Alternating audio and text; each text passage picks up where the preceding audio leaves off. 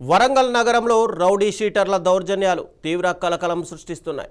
చట్టం పోలీసులు అంటే ఏ మాత్రం భయం లేదన్నట్టుగా దుండగులు నడి రోడ్డుపై వీరంగం సృష్టించారు.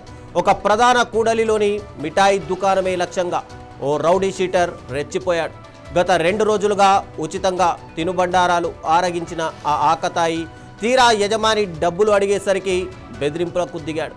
ఆగ్రహంతో రగిలిపోతూ షాపులోని అద్దాల కౌంటర్ను ధ్వంసం చేయడమే కాకుండా పగిలిన అద్దం ముక్కలతోనే యజమానిపై దాడికి యత్నించారు.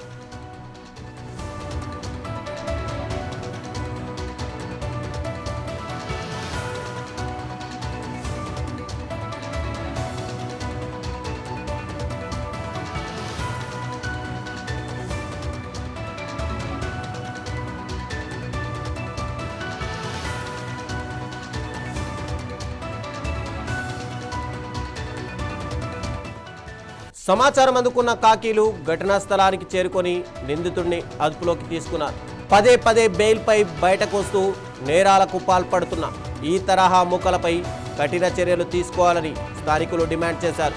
ఇక పోలీసుల హెచ్చరికలను కూడా వీరు లెక్క చేయడం లేదని వాపోయారు.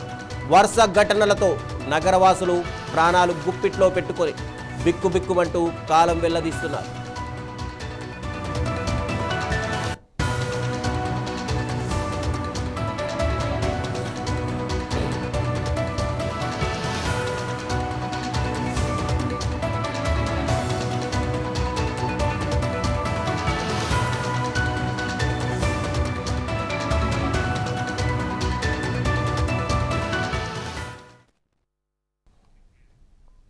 నాగర్ కర్నూల్ జిల్లా